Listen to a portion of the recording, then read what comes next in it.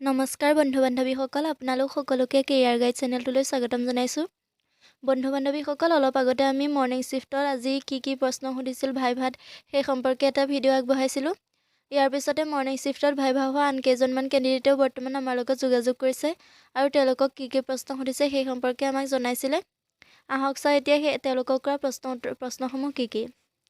তেওঁলোকক এজনক সুধিছে যে অসমৰ শিক্ষামন্ত্ৰীগৰাকীৰ নাম কি।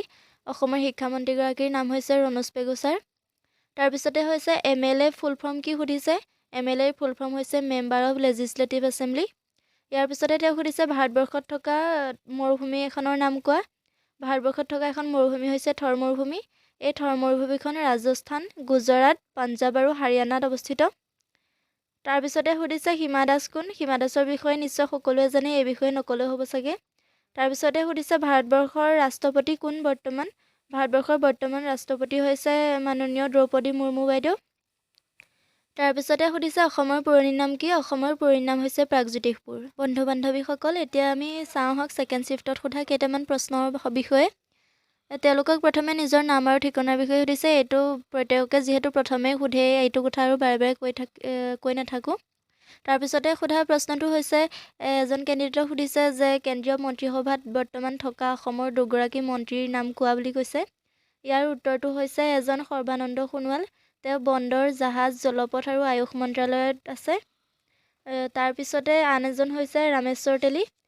তেওঁ পেট্ৰলিয়াম আৰু প্ৰাকৃতিক গেছ, শ্ৰম আৰু নিয়োগ মন্ত্ৰী হয়। ইয়াৰ পাছতে তেওঁ সুধিছে যে মিথুন চক্ৰৱৰ্তী কোন হয়। মিথুন চক্ৰৱৰ্তী কোন হয় নিশ্চয় আপোনালোকে সকলোৱে জানে, এজন বিখ্যাত এক্টৰ হয়। তাৰপিছতে তেওঁ সুধিছে যে মিথুন চক্ৰৱৰ্তীৰ দুখন ফিল্মৰ নাম ক'বলৈ দিছে। তেওঁ অভিনয় কৰা বহুতো কেইখন চিনেমা আছে, তাৰ ভিতৰত এখন হৈছে সীতা আৰু আন এখন হৈছে চণ্ডাল। ইয়াৰ পাছতে তেওঁ সুধিছে অৰুণোদয় আঁচনিৰ বিষয়ে। অৰুণোদয় আঁচনি কি সুধিছে আপোনালোকে নিশ্চয় জানেই। অৰুণোদয় আঁচনি হৈছে মহিলাসকলৰ অৰ্থনৈতিকভাৱে স্বাৱলম্বী কৰাৰ ক্ষেত্ৰত গ্ৰহণ কৰা এখন বিশেষ আঁচনি। এই আঁচনিত বিধৱা মহিলা, বিকলাংগ মহিলা, এনেধৰণৰ বিশেষভাৱে যিসকল দুৰ্বল হৈ থাকে তেওঁলোকৰ বাবে এই আঁচনিখন। এই আঁচনিত প্ৰথমে 830 টকাকৈ প্ৰদান কৰা হৈছিল। তাৰপিছত বৰ্তমান বঢ়াই দিয়া হ'ল এই আঁচনিৰ ধনৰ পৰিমাণ। বৰ্তমান 1250 টকাকৈ প্ৰদান কৰা হয়। তাৰপিছতে তেওঁ সুধিছে যে অসমৰ বিত্তমন্ত্ৰী কোন বৰ্তমান। বৰ্তমান অসমৰ বিত্তমন্ত্ৰীগৰাকীৰ নাম হৈছে অজন্তা নেওগ। বন্ধু-বান্ধৱীসকল, আপোনালোকে নিশ্চয় জানিব পাৰিছে এতিয়া কেনেধৰণৰ প্ৰশ্ন কৰিছে। ধৰক MLA ফুল ফৰ্ম ক'বলৈ দিছে, আপোনালোকক হয়তো MPৰ ফুল ফৰ্মো ক'বলৈ দিব পাৰে। MPৰ ফুল ফৰ্ম হৈছে মেম্বাৰ অৱ পাৰ্লিয়ামেণ্ট।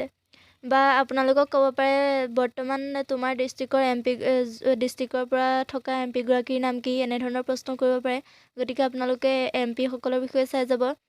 তাৰপিছতে সুধিছে অসমৰ বিত্তমন্ত্ৰী কোন বা ভাৰতৰ ৰাষ্ট্ৰপতি কোন। কেবিনেট মন্ত্ৰীসকল আৰু ৰাজ্যিক সভাৰ মন্ত্ৰীসকলৰ বিষয়ে আপোনালোকে ভালদৰে চাই যাব। লগতে মিথুন চক্ৰৱৰ্তীৰ বিষয়েও প্ৰশ্ন কৰিছে। আপোনালোকে হয়তো এনেধৰণৰ প্ৰশ্ন কৰিব পাৰে বুলি কোনেও ভবা নাছিলে। গতিকে আপোনালোকে চিনেমাৰ ওপৰতো চাই যাব। অকল মিথুন চক্ৰৱৰ্তীৰ ওপৰত প্ৰশ্ন কৰিছে তেনেধৰণৰ নহয়। আপোনালোকক হয়তো বেলেগ এজন এক্টৰৰ চিনেমাৰ বিষয়েও সুধিব পাৰে বা বেলেগ এজন এক্টৰৰ বিষয়েও সুধিব পাৰে। গতিকে আপোনালোকে এনেধৰণৰ প্ৰশ্ন উত্তৰসমূহ চাই যাব। লগতে পাঠানৰ বিষয়ে নিশ্চয় সকলোৱে জানে, তথাপিও এবাৰ চাই যাব। পাঠানৰ ওপৰতো প্ৰশ্ন কৰিব পাৰে। বান্ধৱীসকল, আজিৰ ভিডিঅ'টো ইমানেই। আমাৰ ভিডিঅ'সমূহ দিয়াত যথেষ্ট পলম হৈ যায়, কাৰণ আমি ছেকেণ্ড শ্বিফ্টৰ কেণ্ডিডেটসকলৰ পৰা প্ৰশ্নসমূহ পাওঁতে যথেষ্ট দেৰি হয়। কাৰণ ছেকেণ্ড শ্বিফ্টৰ কেণ্ডিডেটসকল কিছুমান ওলাই আহোঁতেই যথেষ্ট দেৰি হয় আৰু তেওঁলোক ধৰক ওলাই আহি আমাক প্ৰশ্ন উত্তৰসমূহ দি নিদিয়ে। তেওঁলোক আহি ভালদৰে ফ্ৰেছ হৈ মেলিহে আমাক প্ৰশ্ন উত্তৰসমূহ দিয়ে। গতিকে আমি আকৌ আপোনালোকক ইয়াৰ উত্তৰসমূহ চাই মেলি ভিডিঅ' দিয়াত যথেষ্ট দেৰি হৈ যায়, তাৰ বাবে দুখিত। বন্ধু-বান্ধৱীসকল, আমি এনেদৰে সদায় হৈ থকা ভাইভাৰ প্ৰশ্ন উত্তৰসমূহ আলোচনা কৰি আপোনালোকলৈ ভিডিঅ'সমূহ আগবঢ়াই যাম যিমান পাৰোঁ। আপোনালোকৰ যদি এই ভিডিঅ'সমূহ ভাল লাগিছে তেনেহ'লে প্লিজ লাইক, কমেণ্ট, শ্বেয়াৰ আৰু ছাবস্ক্ৰাইব কৰিবলৈ নাপাহৰিব।